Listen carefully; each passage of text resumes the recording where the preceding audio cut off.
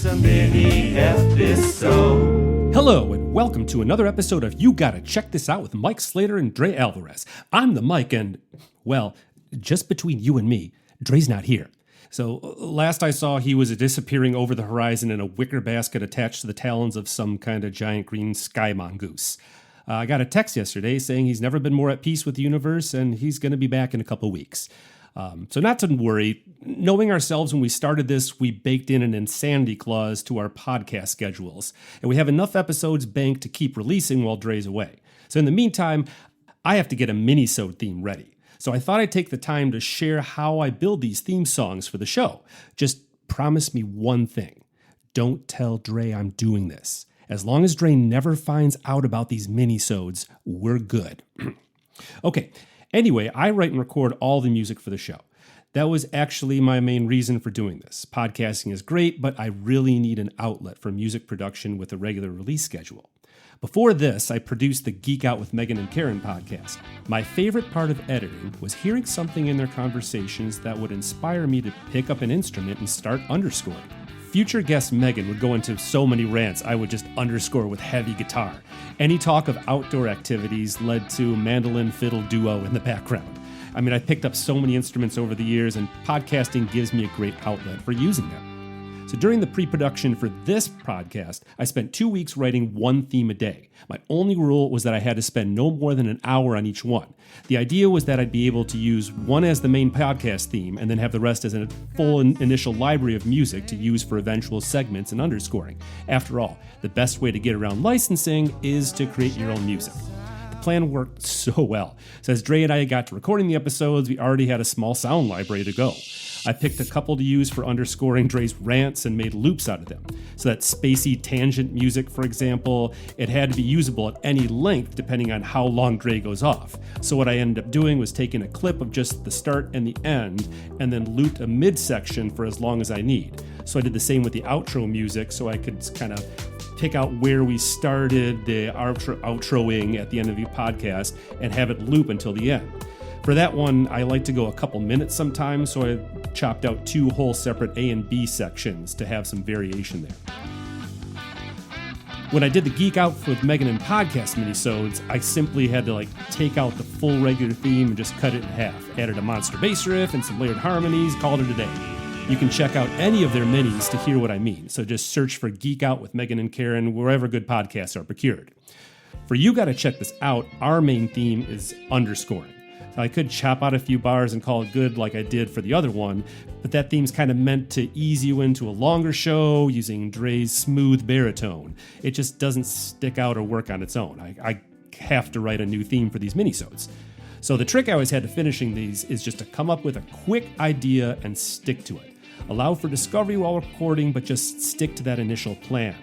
I like setting a time restraint so I don't let myself polish a turd forever and keep going. I mean, I have so many attempts to write songs that never got past my endlessly working out a 4-bar bass and drum riff for hours.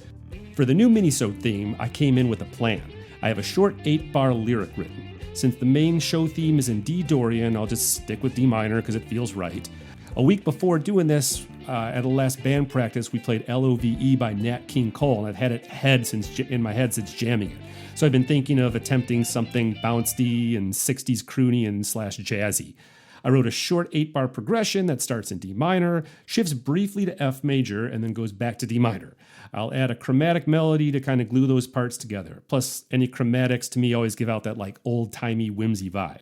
With a B flat, A, D minor, weird turnaround chords that I used at the end, they all share an F natural. So as soon as I saw that note between the three of them, I added a syncopated melody rhythm over those chords for the singer.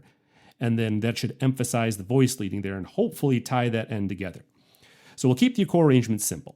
Drums, bass, guitar, vocals. Let's start with the drum.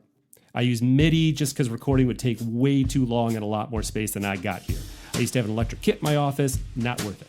I'd rather grab a pre-existing beat and just tweak MIDI until I have something I like. For this, I debated between two core beats, one more sparse and swingy, and the other was to just meat and potatoes 4 on the floor swing beat.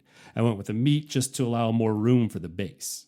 Once the drums are set, I always add the bass part next. And this is usually the quickest. I mean, I played bass more than any other instrument in my life, both studio and live settings. So once the chord structure is in place, I can usually get a solid bass groove to just lay under everything else. For this one, the big decision is how much to ride the roots versus walking around everything. I definitely need to hit that G to B flat shift on measure 6. Since I have my fretless with me and I love that sound, I went back to the beginning and added some bass chords on the intro. Now that bass and drums are set, I'll add a rhythm instrument, in this case, guitar. Since I'm just comping chords, I'll loop this until I get a decent take. Vocals can get in next. The lead line doesn't take much time to get through as I've written it out on piano already.